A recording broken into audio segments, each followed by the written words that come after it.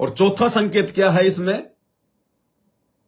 सतगुरु रामपाल जी भगवान ने क्या कहा अपनी सांसारिक माता जी को, अपनी मुंह बोली माता जी को, कि मां बिल्कुल भी चिंता मत करना, अब की बार तुझे ठेठ सतलोक में छोड़ के आऊंगा, सतलोक में, भगवान के दरबार में। बच्चों, ज्ञान का बहुत प्रभाव होता है। मेरी माता जी शरीर की वो वृद्ध हो गई थी, और जब अंतिम सांस आए, उनका समय आया, ने बोली, भाई गुरुजी मैंने साथ लेके जाइए, वो छोड़ के आइए। मेरी माता जी से मैंने कहा, माँ चिंता ना करिए, तेरे साथ चलूंगा और भगवान के दरबार में छोड़ के आऊंगा तेरे को, सच्चे दरबार में, सतलोक में। यहां सतगुरु रामपाल जी भगवान ने संकेत ही संकेत में अपने आप को पूर्ण ब्रह्म परमात्मा साबित कर दिया, अल्लाह अकबर साबित कर दिया, स्वयं ही ये कबीर है ये साबित कर दिया। अरे कौन छोड़ के आ सकता है सतलोक में? अरे जिस सतलोक की जानकारी परमात्मा कहते हैं कि स्वयं उस भगवान के अलावा कोई दे नहीं सकता, 21 ब्रह्मांड में किसी को भी उस सतलोक की जानकारी नहीं है, सृष्टि रचना का ज्ञान नहीं है, परमात्मा स्वयं ही आकर अपने द्वारा रची गई सृष्टि की सही सही जानकारी देता है। तो भाई और बहनों, फिर सतलोक छोड़ के कौन आ सकता है? क्या किसी 21 ब्रह्मांड के किसी जीव की औकात है क्या? काल तो सतलोक जा नहीं सकता, रास्ते बंद है उसके, तो दुर्गा सतलोक जा नहीं सकती, रास्ते बंद हैं। इन दोनों से नीचे जो जितने भी हैं, ब्रह्मा विष्णु महेश 33 करोड़ देवी देवता, दानव मानव गंधर्व यक्ष किन्नर सुर नर मुनिजन, पीर पैगंबर कुतुब औलिया और आप और हमारे जैसे सामान्य जीव, इनको ये काल रास्ता नहीं देता, इनको सतलोक की जानकारी नहीं है। और जानकारी हो भी जाए यदि हम जीवों को, तो हम अपनी मर्जी से सतलोक जा नहीं सकते, उस परमात्मा के साथ बिना हम जा नहीं सकते सतलोक। तो फिर कौन है संत रामपाल जी जो अपनी मां को कह रहे हैं कि तेरे को सतलोक छोड़ के आऊंगा मालिक के दरबार में? कौन छोड़ के आ सकता है इस पृथ्वी लोक से आत्माओं को सतलोक में? स्वयं कबीर भगवान, स्वयं कबीर परमात्मा, अल्लाहू अकबर। और इस बात को कहकर कि मैं सतलोक छोड़ के आऊंगा, सतगुरु रामपाल जी भगवान ने यह भी साबित कर दिया कि मेरे अलावा यदि आप इस दाढ़ी मूंछ वाली फोटो को भगवान मान रहे हो, यदि आपको ये गलत फहमी हो, आपके दिमाग में ये फितूर हो कि ये है कबीर, ये है भगवान, तो इस फितूर को अपने दिमाग से निकाल देना। अगर ये कबीर है, ये भगवान है जो आप इस फोटो में देख रहे हो, तो फिर ये छुपकर क्यों बैठा है? सामने क्यों नहीं आता? इस धरती पर आज हमें ज्ञान कौन दे रहा है? हमारे पूज्य गुरुदेव सतगुरु रामपाल जी भगवान। यानी जो ज्ञान, जो सतलोक का ज्ञान, जो सृष्टि रचना किसी को नहीं पता, जिस ज्ञान को केवल कबीर ही दे सकता है, उस ज्ञान को आज यहां पे आके 28 साल से कौन दे रहा है? सारे धर्मशास्त्रों से उनका निष्कर्ष निकालकर किसने दिया? इन्होंने, संत रामपाल जी ने। यथार्थ सत भक्ति मंत्र, प्रथम नाम सतनाम सारनाम, ये कौन बता रहा है? सतगुरु रामपाल जी भगवान। फिर इनका रोल क्या रह गया? ये कौन है फिर? ये कौन है फिर? जब हमें सतलोक का ज्ञान, सतलोक जाने के मंत्र, भक्ति, आशीर्वाद, दर्शन, हमारे सारे कार्य, जब ये परमात्मा सार रहा है, तो फिर इनका रोल क्या है? ये कौन है फिर?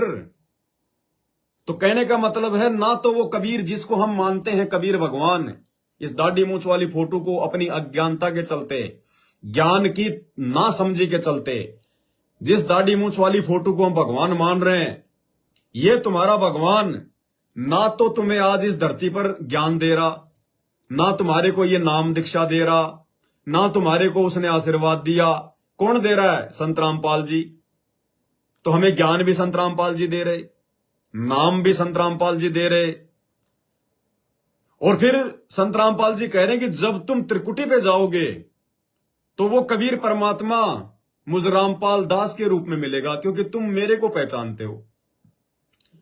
तो धरती पर भी संत रामपाल जी हमारे साथ में, हमारे सतगुरु बनकर, त्रिकुटी पर जाएंगे तो भी संत रामपाल जी मिलेंगे। और इस ऑडियो में कह रहे हैं कि मां तुझे सतलोक छोड़ के आऊंगा, तो त्रिकुटी से आगे सतलोक भी संत रामपाल जी छोड़ के आ रहे हैं। तो भाई साहब फिर इनका रोल क्या है? इनको भगवान कहने का मतलब क्या है? फिर ये भगवान कहां से हो गए जब इनका कोई रोल ही नहीं है? अगर ऐसा ही भगवान है, यही भगवान है, तो सामने क्यों नहीं आता? ये छुप क्यों रहा है? डर क्यों रहा है? परमात्मा ने बताया कि काल जो है वो छुप के रहता है। काल किसी के सामने नहीं आता, उसको श्राप लगा हुआ है। तो भाई इनको तो श्राप नहीं लगा हुआ। अगर ये भगवान है तो भगवान के ऊपर तो कोई श्राप काम नहीं करता। भगवान को तो किसी से डरने की जरूरत नहीं है, किसी से छुपने की जरूरत नहीं है, मुंह छुपाने की जरूरत नहीं है। तो ये भगवान ना तो आज धरती पे आ रहा, ना ये त्रिकुटी पे मिलेगा हमें, ना ये सतलोक छोड़ के आएगा। फिर इसका पूज के क्या करेंगे? इसकी फोटो अपने घर में दरबार में लगा के क्या करेंगे? ये कौन है फिर? तो संत रामपाल जी ने ये बात बोलकर अपने सांसारिक माता जी को कि मां चिंता ना करिए, तना ठेठ सतलोक छोड़ के आऊंगा, भगवान के दरबार में छोड़ के आऊंगा। इस परमेश्वर जी ने यह संकेत कर दिया कि बच्चों तुम जिस भूल में जी रहे हो ना कि ये दाढ़ी मूंछ वाला भगवान है, ये कबीर है, ये फितूर अपने दिमाग से निकाल देना। तुम्हारा गुरु ही असली कबीर है, तुम्हारा गुरु ही असली भगवान है, असली अल्लाह है। यही ज्ञान दे सकता है, यही दे रहा है, और यही सतलोक छोड़कर आ सकता है, और कोई शक्ति नहीं है। तो चौथा संकेत परमात्मा ने इस ऑडियो में यह किया। अब भाई और बहनों, 1.5 मिनट की ऑडियो अभी हमने केवल 30 सेकंड की सुनी है, और 30 सेकंड की ऑडियो में परमात्मा ने 4 संकेत कर दिए। सबसे पहला तो यह कहकर कि मेरी शरीर की माता जी, तो परमेश्वर का तो कोई शरीर होता ही नहीं है, ना सतगुरु जननी जने जाके माना बाप, पिंड ब्रह्मंड से रहित है नावा तीनों ताप। और रोज हम नित्य नियम में पढ़ते हैं अपनी गुरु महिमा में कि गरीब ऐसा सतगुरु हम मिल्या, तेज पुंज की लोय, तन मन अर्पो शीस को होनी होय सु होय। रोज हम अपने गुरु जी को कह रहे हैं कि गरीब ऐसा सतगुरु हम मिल्या, तेज पुंज की लोय, लोय मानी शरीर, तेज पुंज यानी नूरी। रोजाना तो हम अपने गुरु जी को कह रहे हैं कि हमें तो ऐसे सतगुरु मिल गए संत रामपाल जी जिनका तो तेज पुंज का शरीर है। तो शरीर तो है ही नहीं इनका, तो शरीर की मां तो हो ही नहीं सकती फिर इनकी कोई। तो एक तो इन्होंने ये संकेत कर दिया कि ये स्वयं परमात्मा है, स्वयंभू है, ये कबीर भगवान है।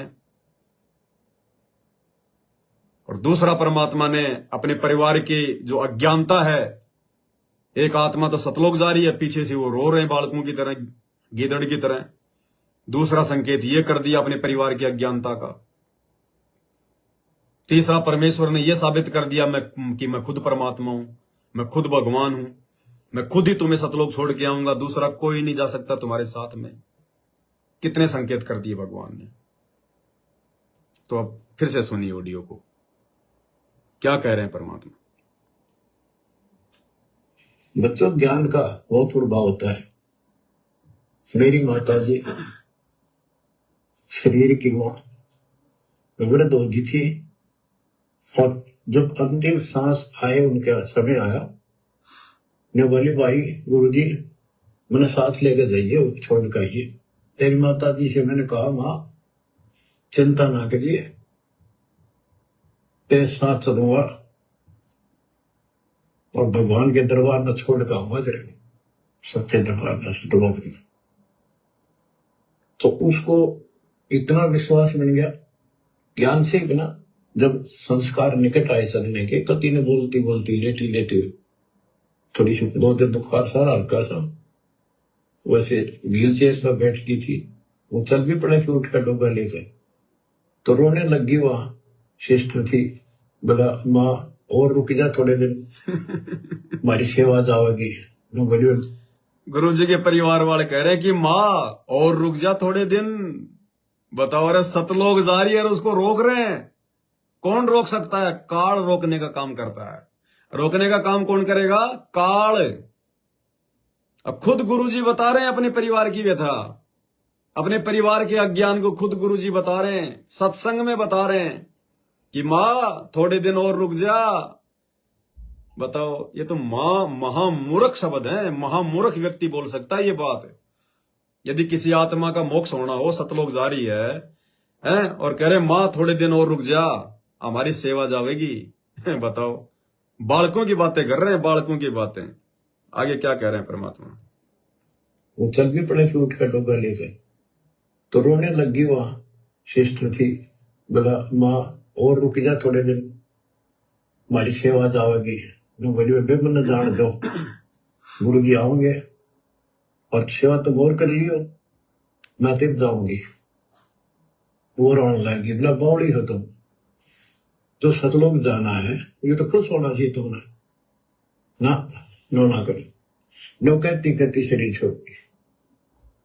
तो बच्चों, यह भक्ति और योग ज्ञान लास्ट में इतना गजब का साथ देगा आपका, सब देह मोक्ष हो जाएगा। सुना आपने भाई और बहनों? जबकि इन्हीं के सतलोक आश्रमों से जुड़ी हुई एक बहन है, अरे कम से कम छोटे मोटी साथ संगति कर लिया करो उन आश्रमों में। क्यों ये भक्तों का लाखों करोड़ों रुपया तुमने पत्थरों में बर्बाद कर दिया? जब तुम इनमें कोई ज्ञान चर्चा ही नहीं करते हो बैठ के, कोई साध संगति नहीं होती इन आश्रमों में, केवल ज्योति पाठ के नाम पे धंधा हो रहा है, क्यों भक्तों का पैसा बर्बाद किया है? क्यों भक्तों को बेचारों को मजदूर बना के उनका समय तुमने जो है बर्बाद करवा दिया? अरे कोई आदमी हॉस्पिटल बनावे और हॉस्पिटल में इलाज हो ही नहीं, तो काहे के हॉस्पिटल है? वो तो पैसा बर्बाद कर दिया वो बिल्डिंग बनाने में। तो आश्रम का मतलब होता है 24 घंटे परमात्मा की चर्चा, ज्ञान चर्चा, मालिक की महिमा, उनका गुणगान, सत्संग, साध संगति। और तुम शेर, जब महीने 2 महीने में कोई आता है, कोई तुम्हारा वो धंधे वाला दिन, कबीर प्रकट दिवस आ गया, गरीबदास जी का बोध दिवस आ गया, संत रामपाल जी का बोध दिवस आ गया, कबीर जी का निर्वाण दिवस आ गया, दिव्य धर्म यज्ञ दिवस आ गया, संत रामपाल जी का अवतरण दिवस आ गया। महीने 2 महीने में एक बार तुम उन आश्रमों में प्रोग्राम करते हो और भक्तों को देते हो तुम लालच, लड्डू जलेबी, लड्डू जलेबी, लड्डू जलेबी। दस्त हो जाएंगे, इतने मत खिलाओ इन भक्तों को। लड्डू जलेबी का दे दे के लालच और ज्योति पाठ, ज्योति पाठ, ज्योति पाठ। अरे आश्रम का मतलब होता है रोजाना सुबह शाम 2-2, 3-3 घंटे वहां पे जो है मतलब सत्संग होनी चाहिए। और कभी भी भगत आ जाओ, कोई रोक टोक नहीं होनी चाहिए, निशन से आना चाहिए भगत को। और तुम्हारे आश्रमों में भगत आने से बेचारे जो है डरते हैं कि कहीं मैं आश्रम में चला जाऊं, मेरे को भोजन मिले नहीं मिले, मेरे को वहां पे डांट खाने को मिलेगी कि तू क्यों आ गया, हमने तेरे को जो है कब बुलाया था, अभी तो दिव्य धर्म यज्ञ दिवस में 20 दिन बाकी है। वो आश्रम है, वो धनाना धाम नहीं, वो धंधा धाम है, धंधा धाम।